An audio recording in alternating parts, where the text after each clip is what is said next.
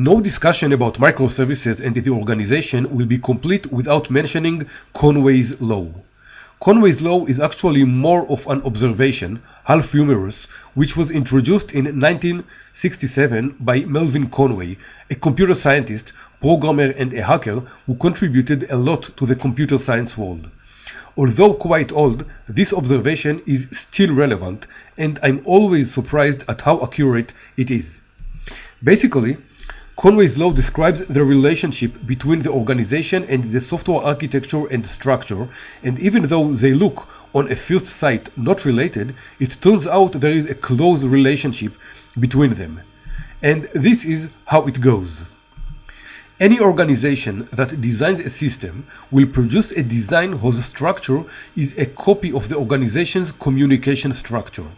In other words, the various components of the architecture will reflect quite accurately the organization's structure. Now, when thinking of it, we can clearly see how this is exactly what's happening. Let's take a look at a traditional project organization chart.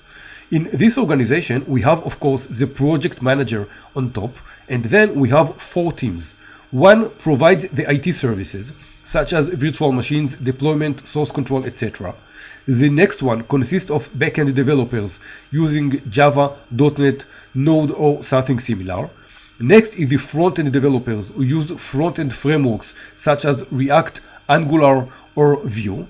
And last are the DBAs, who are responsible for setting up and maintaining the database. Now, when this is how the organization chart looks like, this is usually how the system looks like. We have a clear distinction between the IT layer, the database, the backend, and the front end. Each one of the components is designed and built by different teams which should talk with each other. For example, the front-end developers need to continuously talk with the backend developers to make sure their API client is actually compatible with the backend API. And the backend developers should always check with the DBAs if the database structure did not suddenly change.